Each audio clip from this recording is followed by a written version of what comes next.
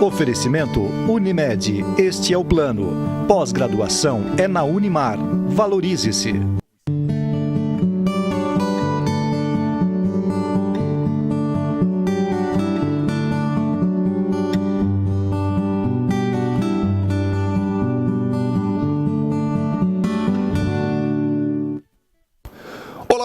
Muito boa noite, estamos começando mais uma edição do programa Conexão aqui pelo seu Canal 4 e é sempre muito bom contar com a sua audiência e a sua participação. Conexão sempre em nome de Unimed Marília, cuidar bem da sua saúde, esse é o plano. Conosco também Vitalícia Levíssima Água de Marília, exija, peça, diga eu quero Vitalícia, a única água adicionada de sais do estado de São Paulo, e com a gente também Oral Sim, implantes dentários, a rede de clínicas número 1 em implantes dentários no Brasil. O programa Conexão de hoje chega para falar sobre dor crônica. Nós temos a honra de receber aqui o Dr. Emílio Murad, professor da Faculdade de Medicina de Marília. Dr. Emílio Murad, médico ortopedista, com a gente aqui para falar sobre este assunto. Doutor, obrigado pela presença. Já faz um tempão que não passa pelo nosso Conexão e que bom que conseguiu aí estar conosco nessa noite. É motivo de alegria e honra. Muito boa noite, doutor. Boa noite, Marcos. Para mim é uma honra sempre estar aqui. Sabe que eu me sinto muito à vontade quando venho aqui, me sinto feliz e contente porque eu sei da sua índole, da sua formação, tanto a sua formação cristã como pessoa, e eu me sinto muito à vontade e me sinto honrado de poder estar aqui, dividindo o meu tempo, eu que me sinto honrado de estar aqui, porque você sabe que eu tenho uma admiração muito grande por você, ouço a palavra do Pai todo dia, que você nos envia, que por sinal está maravilhoso, muito obrigado por me enviar as mensagens. E eu sempre fico à vontade, você nos deixa à vontade, e eu fico honrado, digo isso sempre, por estar aqui ao seu lado. A recíproca é verdadeira, doutor. Obrigado. Bom, e a gente vai falar hoje de dor crônica, né, doutor? Como é que a gente define a dor crônica? Então, a dor crônica é uma dor que vem assumindo proporções assustadoras no nosso dia a dia, porque são todas as dores que nós classificamos como acima de 3 meses de persistência da dor, nós chamamos de dor crônica.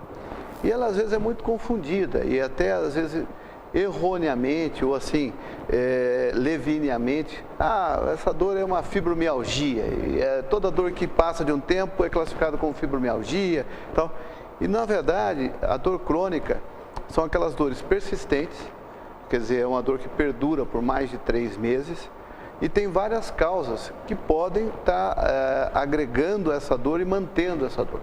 Então é muito importante que a gente tenha atenção para fazer o diagnóstico preciso das causas que estão levando a essa dor e tratá-las de forma adequada para você tenha uma resolução ou uma melhora dessa dor, e isso é muito importante. Existem alguns pontos no nosso corpo que elas acabam sendo mais frequentes, mais incidentes, doutor, essas dores? Sim, tem um estudo recente de dezembro de 2017, do professor Ibor, na Espanha, inclusive é um trabalho que eu comentei recentemente, está aí na mídia, onde ele fez, inclusive ele chama, na maioria das dores, até de dor mista. Dor mista. Porque a dor mista, ela é uma dor que conflui basicamente 3 tipos de dor. Só para exemplificar, nós temos a dor inflamatória. Então a dor inflamatória é uma pessoa que tem uma cólica renal, essa cólica renal, ela assume aquela postura antálgica quanto à dor por um processo inflamatório causado por aquele cálculo. Então essa é uma dor inflamatória. Uma apendicite é um processo inflamatório. Nós temos uma outra dor que nós chamamos de nociceptiva. O que é essa dor? Você espetou uma agulha no dedo, um prego, você sente aquela picada. Você consegue discriminar aquele tipo de dor. Você pôs a mão numa chapa quente, você sentiu a queimadura. Aquilo são receptores que nós chamamos de nociceptivos, que levam esse estímulo ao cérebro, ele tem a percepção de dor e tem a resposta. Então é uma dor discriminativa, você consegue discriminar a dor, foi uma picada, foi uma queimação e tudo mais. E nós temos um outro tipo de dor que nós chamamos de neuropática. O que é isso? É quando nós temos uma alteração no sistema nervoso periférico. O exemplo típico de uma dor neuropática, por exemplo, é herpes zoster. O vírus do herpes, ele ataca o sistema nervoso periférico, causa um dano neste nervo, e aquele estímulo doloroso, ele tem uma alteração entre o estímulo e a resposta central. Então o que acontece? Não chega, ele tem um estímulo periférico, esse estímulo não chega ao cérebro, e ele fica mantendo o estímulo e mantendo esse estímulo, e o cérebro depois de um tempo, ele desencadeia uma resposta em cascata. Então, o exemplo típico é realmente o herpes zoster. O exemplo típico dessa dor neuropática é aquela dor fantasma. O sujeito tem uma amputação traumática de um membro, aí ele fala, nossa, eu estou com uma dor no polegar, e ele não tem o polegar. Então, essa alteração nervosa periférica nós chamamos de dor neuropática. E a maior parte, esse estudo demonstrou, foi feito na Espanha, que a maior parte das dores... Só aproveitar um gancho, por exemplo, nesse caso da amputação e tal, que é um exemplo interessante. Isso não é... O neuropático não quer dizer que é emocional, não, né? Não. Isso aí é que aquela terminação nervosa foi comprometida. Então, é assim, eu explico para os meus pacientes de uma forma assim, como se fosse uma central telefônica. Sim. Então, você tem uma quebra daquela ligação entre o ramal telefônico e a central telefônica. Então, você está do lado de cá, chamando a secretária e esse fio está quebrado.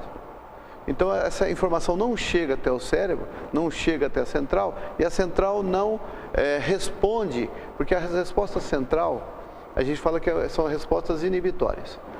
Por exemplo, você vai tomar a vacina aí da gripe, a vacina da febre amarela, seja lá o que for. Você se prepara para tomar aquela picada, você tomou a picada e imediatamente você relaxa. Mesmo com a agulha intramuscular. Por quê? Ele deu estímulo de dor, ele teve a percepção de dor, percepção central, e a pessoa falou, não, já foi a picadinha, então você já relaxa. Então você tem o estímulo, que a gente chama de excitatório, e a resposta inibitória. O que acontece na amputação ou numa dor do zoster? Você tem esse input, esse estímulo ascendente comprometido e a resposta comprometida. Então ele fica mandando estímulos, você está lá chamando a secretária, nervoso, porque não está chegando o estímulo, e do outro lado, ela também pode estar lá tentando falar com você e também não chega. De repente você tem como se fosse descarregasse uma descarga elétrica e que você tem aquele estímulo. Então essa é uma dor neuropática. E esse estudo mostrou que é muito frequente a lombalgia no pronto-socorro ser uma característica de dor mista, né? Porque você tem, por exemplo, na lombalgia, a dor que pode ser muscular, você tem a dor que pode ser de faceta articular, das articulações da coluna, pode ser uma hérnia que está comprimindo o nervo, quer dizer, uma dor radicular, pode ser a fáscia, uma dor. Então, quer dizer, você tem vários fatores, né, que tem tanto estímulo inflamatório quanto estímulo neuropático. Quando você tem, por exemplo, uma hérnia, comprometeu o nervo, teve um dano neurológico, esse estímulo fica. Então, esse estudo mostrou que uma das causas mais frequentes de pronto-socorro, inclusive de dor mista, de procura, é a lombalgia e a cervicalgia, que é o que muito se tem no pronto-socorro. Então chega lá no pronto-socorro, eu estou com uma dor cervical, estou com uma dor lombar e tal. Aí no pronto-socorro o colega assim fala, isso é uma fibromialgia. Não é bem assim, a fibromialgia é uma síndrome muito mais complexa, tem muito mais fatores desta síndrome para caracterizá-la, não simplesmente essa dor mista. Doutor, e o grande desafio para a dor, aí seja ela mista ou a dor crônica e tal, é o diagnóstico, né? Perfeito. Quer dizer, você fechar esse diagnóstico de maneira adequada. Perfeito. É isso aí. Você tem que se esmerilhar realmente para chegar à causa, né? Um termo que eu sempre uso também frequentemente para os meus pacientes é assim, você tem uma pedra no sapato. Não adianta eu te dar um remédio, um analgésico que vai tirar a sua dor. Passou o efeito desse medicamento, a pedra está ali e vai voltar a incomodar. Então, é importante que você tenha um diagnóstico. Nem sempre você consegue um diagnóstico preciso, exato, mas que você tenha essa ideia desses componentes da dor para que, ao abordar o tratamento, você consiga abordar de uma forma eficiente. Então, para você ter uma ideia, em lombalgia, em torno de aproximadamente só 15% das dores, presta atenção, 15%, você consegue determinar a causa específica da dor. Ou seja, teve uma hérnia de disco, está comprimindo o nervo, uma hérnia de disco, está ali, está bonitinho, você conseguiu determinar. Nos outros 85%, você não consegue determinar, né, doutor? Muito baixo, você não consegue determinar com precisão, é só um componente, porque tem vários componentes. Então, por isso você tem que ser minucioso, cuidadoso, né? E colocar-se sempre ao lado do paciente. Porque o paciente com uma dor crônica, ele envolve outros fatores. Por isso que, erroneamente, eu volto a falar esse termo, a fibromialgia é de certa forma vulgarizada ao se diagnosticar precocemente. Porque com essa dor de um caráter constante, esse paciente vai tendo algumas substâncias, entre elas a serotonina, que vai sendo comprometida, ele vai tendo um déficit de serotonina, que leva inclusive a um quadro depressivo. Então, você tem depressão e dor. Eu tenho um grande professor que eu tive o prazer de conhecê-lo e estar com ele há uns anos atrás, né, que é um grande estudioso de dor, que ele falava assim, quando se tem depressão e dor, o que tratar primeiro? E ele falava, não o que tratar primeiro, sempre abordar as duas causas, porque se você piora a depressão, você piora a dor. Se você piora a dor, você piora a depressão. É porque é um erro você achar que a depressão não causa dor, né? Causa, né? Causa dor. E o contrário também é verdadeiro. Exato, porque o que isso causa indiretamente? Uma diminuição da qualidade de vida.